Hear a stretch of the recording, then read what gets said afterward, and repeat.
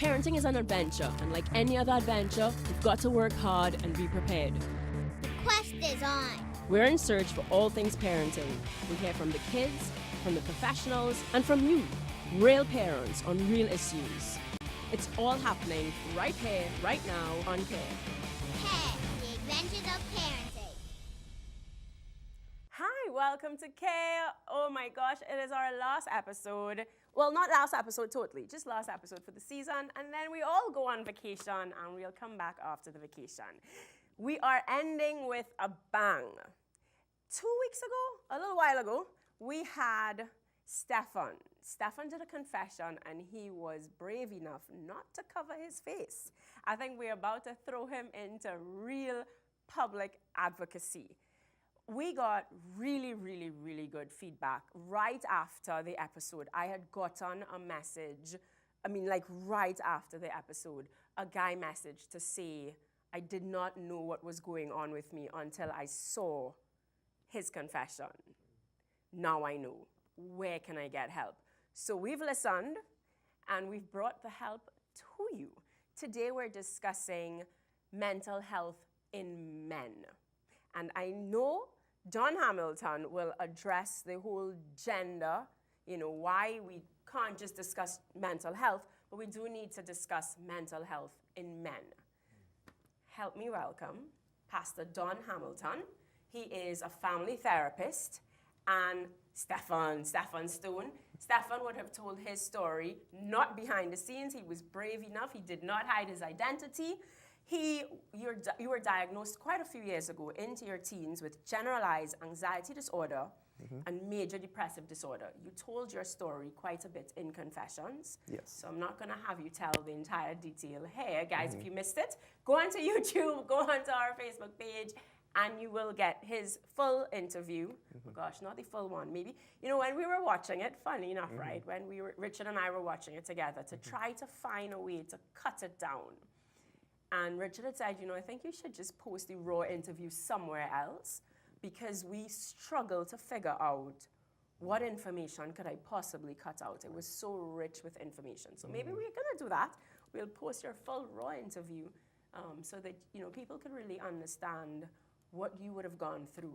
I have massive amounts of respect for you. And thank you. To put yourself out there as well.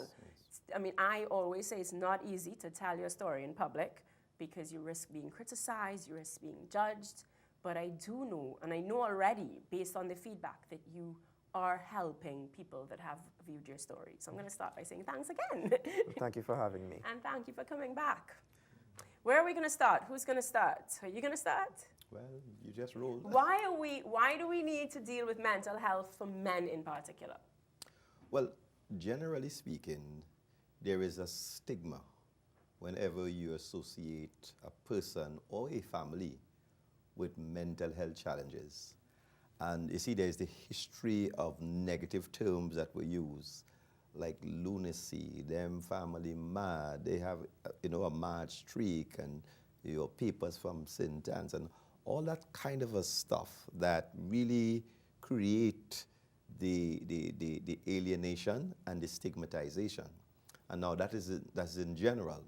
Now, when you narrow that down to men, there is the gender challenge where men generally do not like to seek out medical help until it's too late.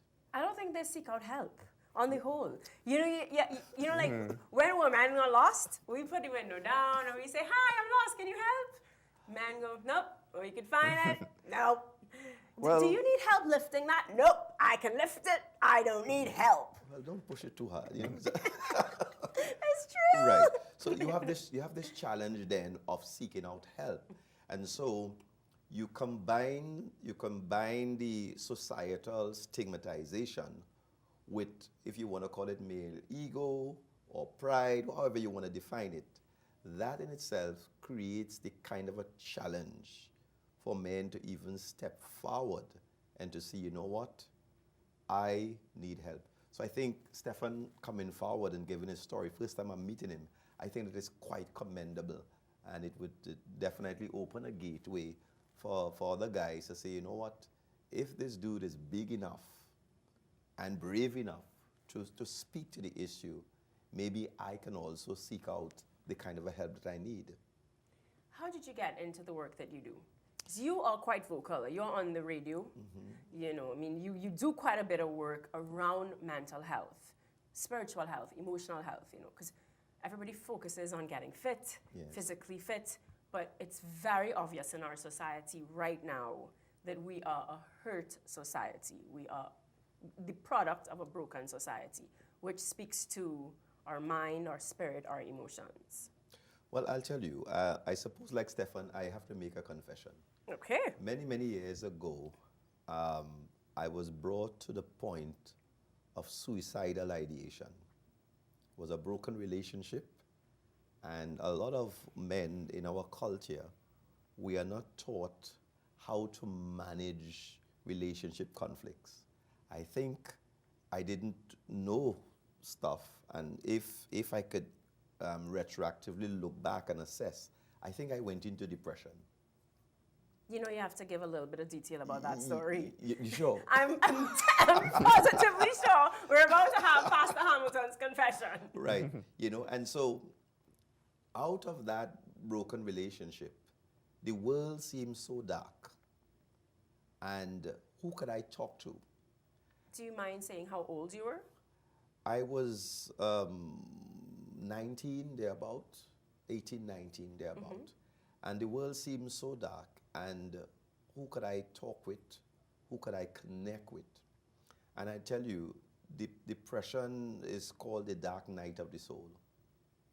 And you went into that dark night of the soul. I have been a pastor since 1986. So this is before I became a pastor. And what happened, I believe, I'm a Bible believer, and I believe that the Bible provides the kind of a spiritual answer to what we need. However, there's a difference between the Bible and what church people do. Okay. And what happened is that I found that the church at the time lacked the grid to speak to the various facets of the human condition. So in many respects, I would call it a reductionist view of life. Everything is spiritual. So you have a cold, it's a spirit, it's a demon, it's a this, it's a that, it's a that. Yes. And so the windows through which you look would define the kind of intervention that you would. So if it is a spirit, and I do believe there are spiritual issues, you have prayer and fasting and Bible reading and so on. But you know, the troubling thing is, what if it is not a spirit? Where do you go from there? And that's where I was stuck. And so I had to take a journey, step out of the framework of religion somewhat, and begin to explore what are some of the other windows I could examine to speak to the human condition. And that really catapulted me forward in terms of learning and research and certification to appreciate that the human being is a very complex creature. And you can talk about, and when you look at the theories of mental health, you would see it. Some suggest, well, it's behavioral, so it's coming from the environment. Some say it's mental, so it's some kind of a mental reconstruction or distortion of reality. Some say, well, you know, it's subjective. It has to do with a person's capacity to cope and interpret life. Some would say, well, it's a biological base. There could be some chemical imbalance and so on and so forth. And so the theories abound in terms of, and I do believe that each theory or approach to mental health has its values, because no one view is sufficient enough to cover. So for example, you mentioned a while ago. You're speaking theories. Yes. So you're going to go into some detail. What I'm going to do is go on a break, Yes. so that I can give you sufficient time to maybe go through some of the theories and what are the values, etc. Yes, in okay, all of them. sure. Don't go anywhere, guys. You're watching Care.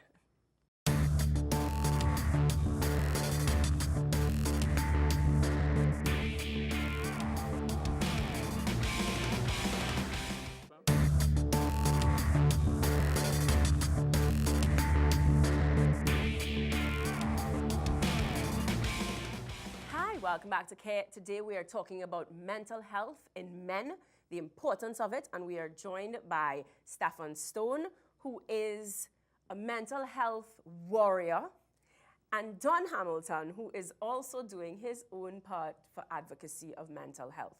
Before we went on a break, we started to talk about the different views that, whether it be spiritual, physical, emotional, subjective. I have to start to write all these things down now. I feel like I'm in school. And while we were on the break, I asked Stefan what was his experience, because I've grown up in church, right? And so, of course, any sort of mental health, sometimes even learning disorders. Right. It's like, no, that's a demon, that's a this, that's a that. And I'm just like, I generally go, if you break your ankle, are you going to sit on that ankle and pray it through? Or do you get up, go to the doctor, let them put a cast on it? Because no one's gonna think that you lack faith if you put a cast on your ankle. Mental health is the same thing. Like, if you have a real condition, this is as real as a broken ankle. And there's a place for prayer, and there's a place for medicine. Correct. Well, that's how I dealt with it. I saw something was happening in me, and I did my research. I spoke to as many people as possible. I spoke to professionals. I spoke to others who felt this way as well. And I would take lessons and values from each one of them as to what to do. And I found that, yes, prayer could be a very powerful tool in that and keeping your faith. I've seen it in my family members as well as many others who find great strength in that.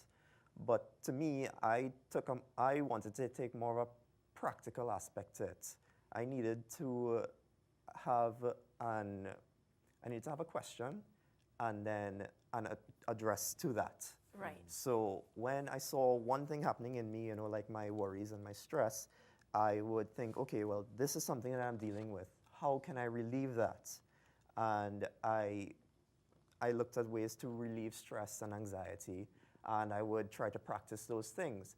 And you do that enough, you start to see that things start to slowly and surely get better.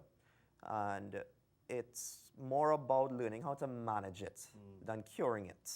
Right. It's not like a bug that's in you that you have to kill. It's a part of you and who you are. So you have to make the changes in order to make your life better for you. And less about anyone else, but first you. And if you're in pain, if you're suffering, we have to reach out and ask for it. Now, when it comes to men, that's a very difficult thing for us to do, because since we're young, we are told that, see all those emotions that you have, you can't be showing that. That's showing weakness. Like the example that you made earlier with us not wanting to ask for directions in the car. That's us having to admit a weakness. And a lot of men grow up thinking that that's one of the worst things that they can do. So they hide and hold it in. And instead of actually properly learning how to deal with those emotions, it just sits there and rots. And I was guilty of that too. And it was only after I realized, I'm trying to control my emotions, but I'm getting worse, that I realized, okay, well, instead of just trying to hide it, maybe I need to deal with it properly. And therapy was one of the places that I went to find that out.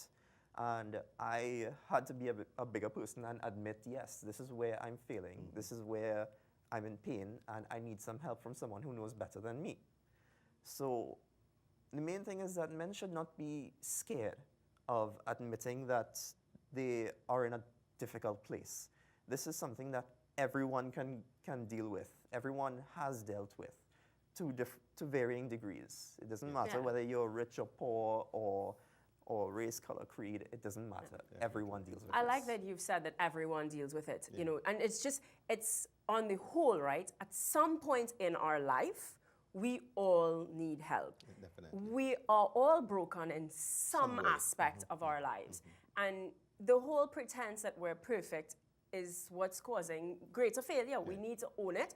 We need to say, listen, we do have weaknesses. We're not perfect. And hey, you know, help me to grow. definitely. We're gonna go to something called finance and the family because all of this costs money and we need to be able to manage our finances. When we come back, Pastor Hamilton, you will take it back over where I promised you would. Don't go anywhere, guys. Finance and the family is up next.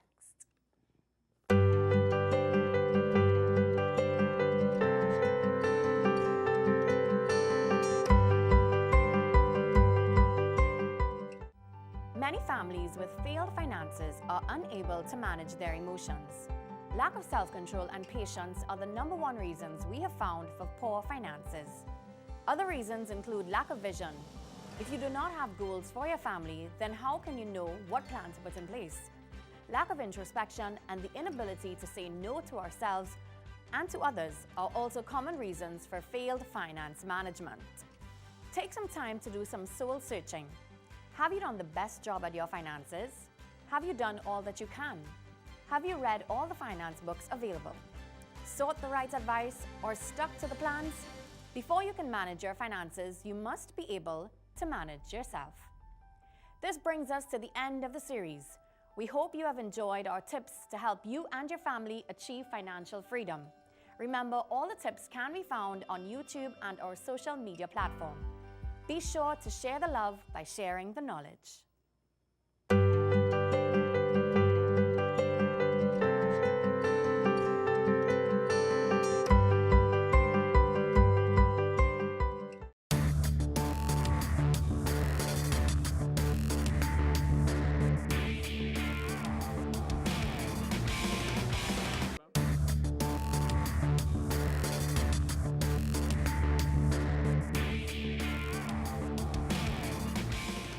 Welcome back to Care. It is all about mental health and men. The importance of it. Men, we've got to seek help. In fact, everyone, we've got to seek help. We all have something that we can grow and we can learn from, right? There's no shame in saying, hey, this is an area that I'm imperfect in. Help. Yeah?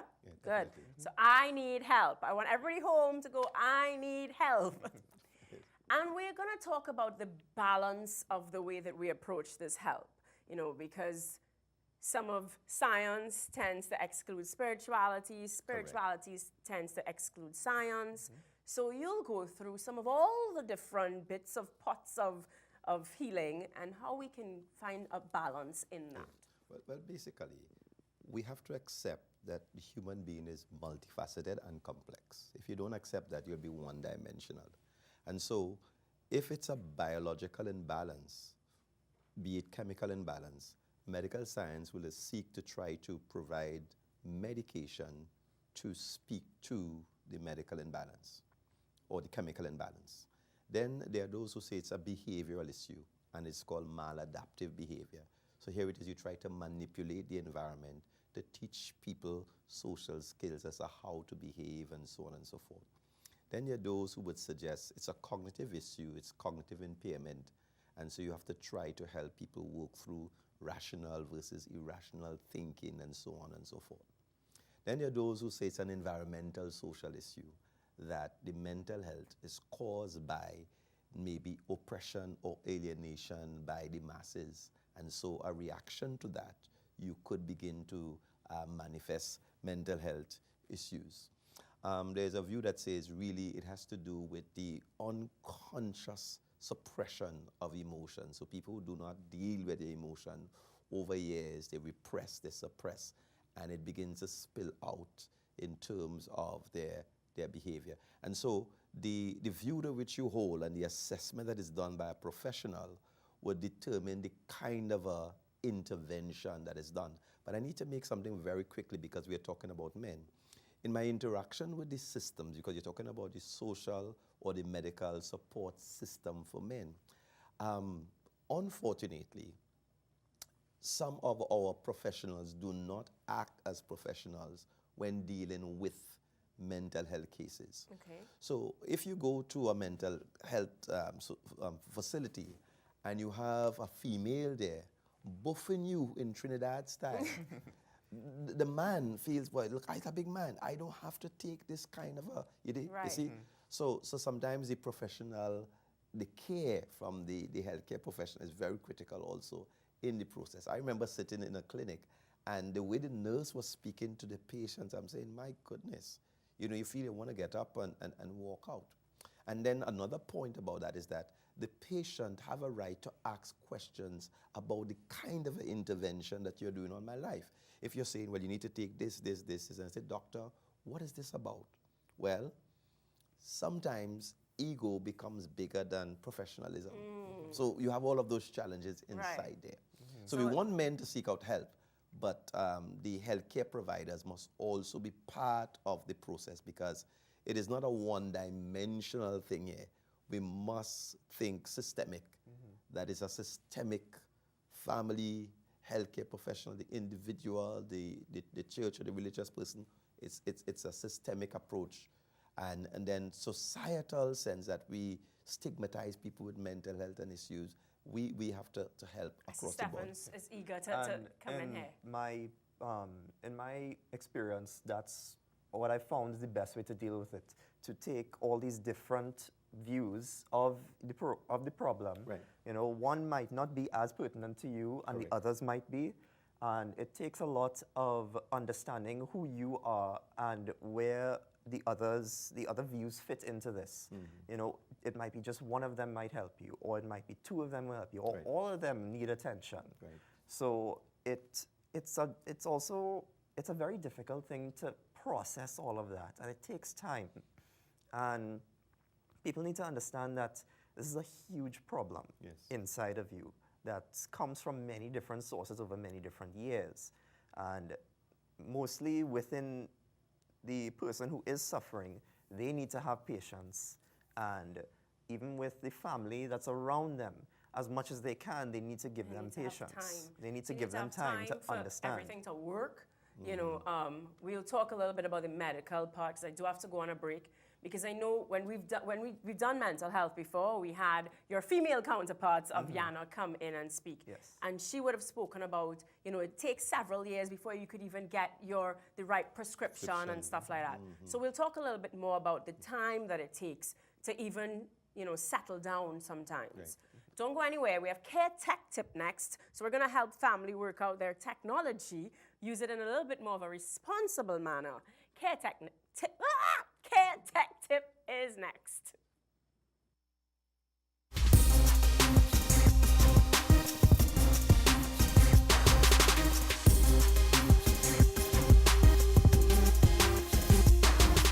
It's no good setting limits on your kids' screen time if you spend all day with your eyes glued to your laptop or firing off hundreds of texts from your iPhone. Similarly, don't ban devices from the dinner table if you reach for your smartphone every time it buzzes. Children take their lead from their parents' behavior, and interacting with technology is no different. Set a good example.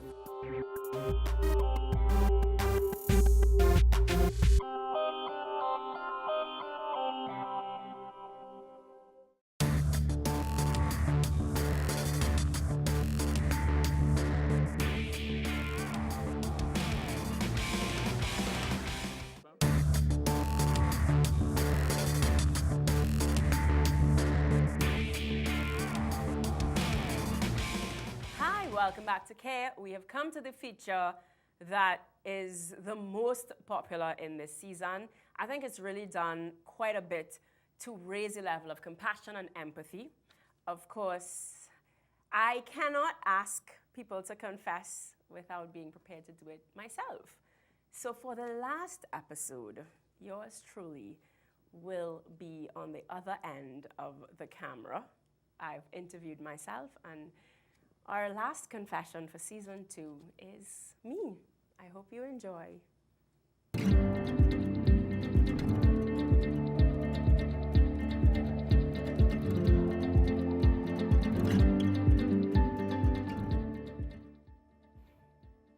I grew up in what appeared to be a very average home. And for the most part, I guess that's why I'm so passionate about spreading parenting awareness. As a child, I was numb to dysfunction all around me. Being numb was my coping mechanism, I guess, and my way of survival. Society has a way of making surviving seem so glorious, when our aim should be to thrive, not just survive. Throughout the various confessions, I sat in interviews and I saw so much of myself in the other guests. I sat reliving the pain and the memories of a child witnessing abuse. The worthlessness I felt every time I thought that neither of my parents loved me enough to stay living. They both tried to commit suicide. And as a child, I lived through thinking, wasn't I worth living for? 2 botched suicide attempts. Who comforts the child after? Am I to be grateful and move on like nothing happened because the attempts weren't successful? Maybe they thought I was too young or not smart enough, or maybe they hoped I wasn't paying attention. Maybe they bought into the nonsense that kids are resilient, so she'd be fine. So many people adored our fake little lives, which made it even worse, because any anger or any attitude that I demonstrated must have been as a result of my own ungratefulness. Because, hey, I had a roof over my head and hot food on the plate every day. My mother was the victim, not me. And I needed to constantly remind myself of that every day. Every time I felt like I needed to be comforted, I needed to remind myself that I was not the victim in this whole thing. Even with all the abuse, I remember loving my father and thinking that he could do no wrong. Until the day that I asked him to end his affair, and he basically said, nope, I could jump through a hoop. I begged him not to destroy any little that was left of our family, and it just didn't matter at that point in time. That day, the rejection that I felt, it was like a ton of bricks. And from that day on, I pleased my way into love. I was either looking for love in all the wrong places, or I was pulling up my panties faster than any man could kick me out. I became so cold. I guess I believed that if no one liked me, then they couldn't get to me. Or if I didn't let anyone in, then they couldn't hurt me. I hid all my pain behind pretty curls, lots of success, lots of awards. I remember feeling relief when I was interviewing the young lady and she started to talk about masturbating at age 7. Finally, I didn't feel so alone and so ashamed anymore. To think that we were both so innocently introduced to that sensation, that natural sensation, by a close female relative while our parents, sent us to be babysat. We can't blame our parents. They did the best that they knew how, right? Who would imagine that child's play could turn into a masturbation addiction? Who teaches parents how to bring that kind of stuff up? I implore parents to take the time to learn to speak to your children. Learn how to create an atmosphere where they are safe to be vulnerable, where they are safe to be wrong and to be imperfect and to be broken.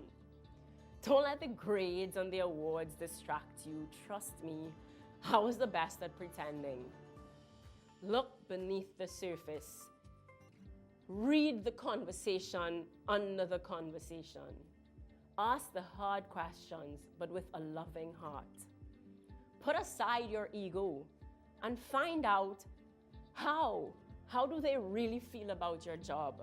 How do they really feel about the amount of time that they spend away from you at babysitting?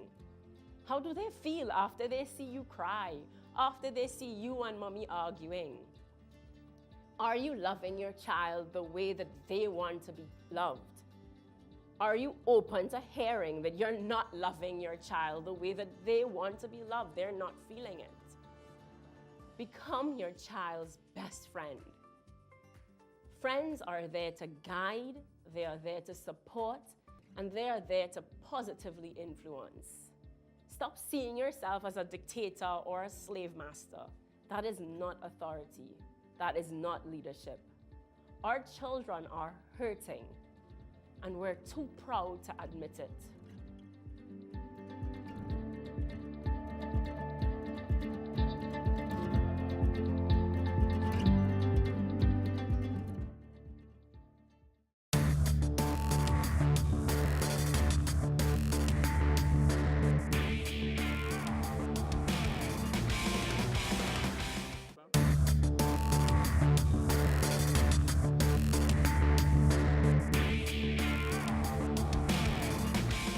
Welcome back to Care. We are nearly to the end of the last episode. Okay, let's get right back into it. So we don't want to hear me because we're going to talk a little bit about time. How long should we be? You know, it's one thing to say, well, you need to be patient. And then somebody replies, but it's been months. Like, nobody, we're talking years here. You know, so let's talk a little bit about, you know, the time that it takes, all the different aspects. You know, let's go back into that a little bit. Who's talking about time? Let's go with Stefan. Well, for me, I first started seeking medication when I was about 16. And I would be on one type of medication. It would help for a So little you're while. at medication on 16, but your first set of issues happen at 10. Yeah. Your first diagnosis starts to happen at 14. Yes. So we're already looking at 6 years of something going on already. before we even start to put meds into you. And Just to then- give an idea of that time. Yeah, and then even when I would go through different medications and say, okay, this didn't work, this made me sick, this is not working with me, sometimes it'll work for a little while, then it'll go away. It took me years and years to find it. I'm 28 now, and it was only recently that I found a combination medication that didn't make me sick or that I could afford, because the medication can be prohibitively expensive. And while... Do we have that available in the public? Yes, Is there most a of the way to get medication the that I medicine? got was public, but there were times when I would have to get a private, and that's why it was so expensive. Okay. So- Is it that we run out of the meds? Y'all don't I have to be have- political on the show, you know. It's okay. Don't worry. You don't. I don't think it's the matter of supply, it's more of the efficiency of getting it. It might be a bit slow. Okay. I'm seeing you nodding. But you know, I'm thinking of the issue of time because it's more complex than than we actually admit. It's a conversion of several things. True. There's a cultural behavior that you are told, take this for 3 months. After a month, I feel a little good, I pack it up. There's the issue of being honest. I go back to the doctor and I really don't tell the doctor the truth about the little cheating that I have done in terms of my regime, you see? Then there's the issue of whatever intervention you use will also determine the kind of time frame we are looking with, we are working with. And then there is the subjective response to the treatment.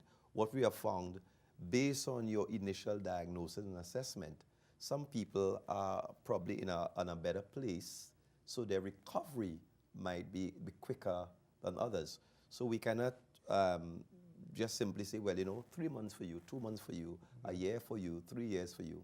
I have found in my practice that there are some people that are very consistent with their sessions, and then there are some people that are not consistent with their sessions. Some people, they like to do crisis management. Oh, I'm losing my head, I'm a crisis, I need to talk, I need to... And once that is, without dealing with the root issue, I call it the people who like to do the brush cutting. They cut the top of the thing, the yard looks clean and nice, but the root of the thing is still there. And so you have to deal with that. And then, of course, I do believe in prayer. And sometimes the concept of deliverance is not understood. Some people think because prayer is offered, kaboom, you're well. And sometimes the preachers tell you that. And my thing is, yes, there could be an instantaneous miracle, if you want to call it that. Yes, I believe in miracles. However, sometimes it's a process of working through your stuff. But we're a bit impatient and we want to get back to normalcy. And so we feel that this is working too. One more thing I want to say here too. Well, that's what my experience was like. Yes. Even in the beginning, I'll admit to this, that I wasn't totally doing all the work that needed to be done at the same Right, time. right. I would be taking medication, but then I wasn't making changes in my other life, in Right. the rest of my life. Yes. So I figured, well, if I take the medication, then I'm going to be better. Yes. And then I was taking it for 3 months, and then I'm like, well, I'm not better. It's not What's working. happening? Yeah. It takes, like you were saying, a multifaceted approach. It's not just the medication, it's your behavior, it's your environment. And there's so many things that you need to do to start to bring yourself out of it. Correct. And even when you do it right, it can take As years. you said, environment. In your confession, you spoke about you know, you needing to leave university away.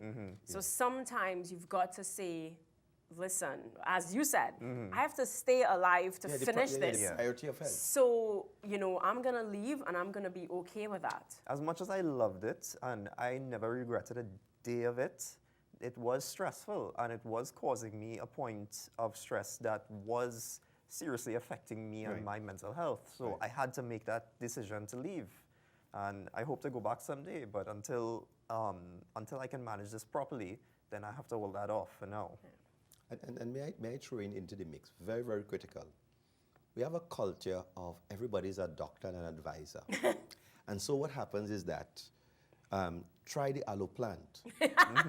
Try some water in sugar. Try this, try that.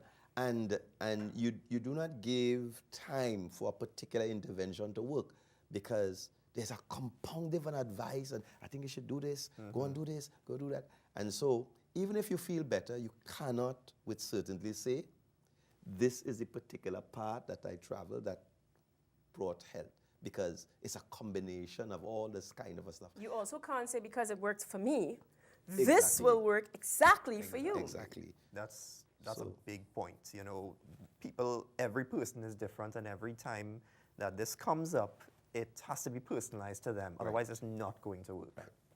So that will determine. And then sometimes some medications, they cancel out the other. You know, when the combination either cancel out or is a challenge too. And so it's a process where we bring people to a state of health. Now, we do not have a maintenance culture. We pave the road and then we leave it.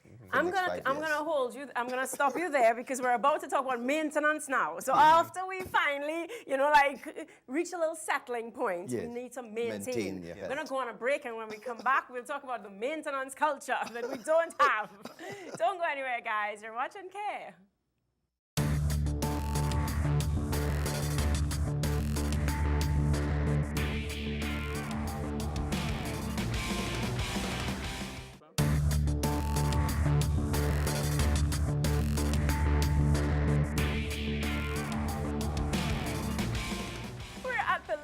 Segment of the last episode. It's okay, not forever. We'll be back after vacation. If you have missed any of the episodes, you can get it on my personal YouTube channel, which is Marsha L. Riley. We have not changed. I don't know how to change that, to be honest. So it's still Marsha L. Riley. You can look for all the past episodes of Care on my personal YouTube channel. And of course, if you follow us on Facebook and Instagram, we do have all the different links and whatever. They're all put onto our social media, so don't worry. And again, don't worry, because we'll be back after vacation. If you're trying to figure out what to do during vacation, well, you can come to Just Be Active Academy's summer camp, right? I don't like using summer in Trinidad, but July, August vacation camp, I will be honest, just does not flow as easily as summer camp. So come to camp. Okay, we're open all vacation long, and the kids get to play with me, and I have my husband come into work. He's awesome with kids. So if he is really coming, then the kids are in for a treat. Just Be Active Academy, so you can follow them on Facebook too. And yeah, right? I think that's it for all my shameless plugs. We go right back into mental health, and we're gonna close off with two things. We were talking a little bit about the maintenance, because that's really not a culture we have. We put stuff on. We put the solar lights in the road, and then we don't maintain it, and we wonder why the light's not working. We get to a point where everything's good. It's crisis management. I think it just comes down to crisis management. Unless we are in crisis, we don't go check the dentist until we have a toothache. We don't go check marriage counseling until we're ready to have a divorce. We always seem to be reactive. So you are trying to encourage us to maintain. Yeah. Well, I make it abundantly clear that pursuit skills is quite different from maintenance skills. Okay. So there are some people, when they're in need, they know how to pursue, but when to maintain. And so it's more than just a will or a desire. It's also a skill. You go to the loans officer, you use your pursuit skills, but the loans officer is concerned with your maintenance skills. And so with health, we pursue health intervention, but the maintenance of our mental or emotional or physical health, we sometimes lack the wherewithal, and particularly men. You ask a man, have you been to the doctor? You say, well, no, man, I feeling all right, and da-da-da-da-da-da. And so we want to make that special plug there, that maintenance of your regime would be critical. It's like, you know, people who are into weight gain or weight loss programs, you pursue this and you pursue that, and when you reach where you should, where you think based on your body mass I call index, it the yo-yo dieting. guess what? Because then you put back on weight, and then after you put back on weight, you go to try to do it, and it's like, how about we just eat well all the time, yo? Yeah, we kind of self-justify just a little bit, just a little bit. It doesn't hurt, but it adds up. And so, with maintenance of health, we are talking about mental health must. So, whatever Stefan is practicing to keep him at this stage, we have to continue doing that kind of a He stuff. must have the willpower and the staying power Yes. to continue. And it is a difficult thing to keep going, you know, like even when I know things are better for my mental health, that I end up in a better mood, even when I feel good is actually when I'm least likely to try it. Right. Right. So, right. So yeah, you don't always feel like you need to do it, and it's just a matter of keeping it in your mind and keeping these good habits going. I guess in practice, you will get the habit going, and you can start to see better results out of it. I think it's either Cleopatra Borel or Keyshawn Walcott. One person, I remember, had said, discipline is better than motivation, because you're not always going to be motivated to get up to do it. Gotcha. Just do it. Have discipline and do it. Before we go, I want to touch a little bit on the parenting side of things and the denial that we can tend to go into. I want to, when we were talking a little bit, you know, you spoke in your confession about how early some of the things happened. What should parents be looking for, or, you know, speak to that a little bit? I think we need to have a more informed parent community. Parents who are reading, parents who are going to workshops and so on and so forth. Because we still, in some way, live in old wise fables that, okay, the child will grow out of it. It's just a phase in the child's life. Because if you observe that your child is not socially, mentally, emotionally functioning as it relates to his peer group, it is so useful and helpful for parents to begin to seek professional assessment of their child, because outside of that, you might miss a window to change the course of that child's life. But because of the stigma, and sometimes I'm not sure that our educational system is so structured to sympathetically and empathically, you know, nurture a child to a place. You could be cheated, you're dumb, you're stupid, what's wrong with you, and so on. And that's the challenge that we would have. So parents must jump in, be very observant, and seek the kind of assessment very early. When you say very early, what kinds of ages are we talking about very early? Well, no, there are some mental health challenges that begin as early as infancy, you see. And it depends on what mental health challenge you're having. Some mental health issues are genetic, and so you have to also observe those kinds of matters. So it's really, really looking on and paying attention. Paying attention. Oh gosh, well that's something that I'm always advocating for. Yes. Look beneath the surface. Yes. Look beneath the statements. You know, I tell my daughter all the time, when her friends say, I'm good, but their face isn't saying that. Yes. You know, that's a statement below the statement, and we do need Definitely. to really look at our children. Like a child can have serious social anxiety and keep saying, I don't want to go to school, I don't want to go to school. And the parents, rather than trying to explore what is that about, you see, will beat the living daylights. Say, you have to go to school. And it may be some other issue at work. Whether it's the social issue of bullying, whether there's an embarrassment in the school, whether there's social anxiety and phobias, there's a whole range of stuff that, rather than simply blank everything as the child is unwilling to go to school and you push the child, we really have to be observant and try to get the assessment necessary. And I have seen that from other people's experiences. Right. I was lucky that I didn't really get that from my family. Yes. You know, my family was relatively positive in this. But from my speaking to many others, they've told me, you know, their parents didn't believe that these people were feeling the way they were, that they were just feeling lazy, that they didn't want to do these things, you know. And Or we're not helping to build character because, of course, I get that all the time Yes. with Jess, you know, because my daughter, her processing isn't where it should be. Right. And so we had made a very hard decision to pull her from gymnastics. Right. Between the culture of our coaches are still not as patient as we can be, and her processing, I remember, and I mean, and she was 8, you know, and you're there and you're thinking, is my kid gonna commit suicide before she even reaches a teenager? yes. Because you could see the toll, and I remember a lot of people were like, "You're raising her too weak. You're raising her too weak." Yes, But not, exactly. I know, and it's just so unfortunate because we know our suicide rates are up. We know that you know it's just like our society's showing it. Right. The news, you know, can say. Definitely. Before we need to close, so I just want to give the opportunity to our audience to be able to connect with you guys after. Stefan, you are not alone, TT. Thank you to Ashley for creating it and for finding the male side of it.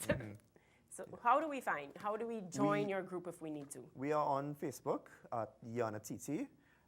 You can find the group there and send us a message or post yourself, or you can post anonymously through one of the admins if you feel like this is something that I don't want to let people know what I'm thinking.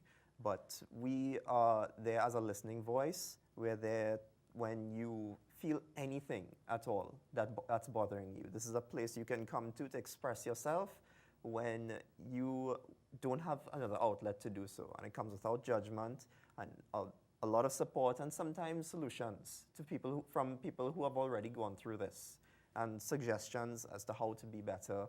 And for me, it's happened so much. And they can point them into the right places for resources as well? Yes, that does happen Awesome. a lot. Yes. So check out Yana TT on Facebook and Dr.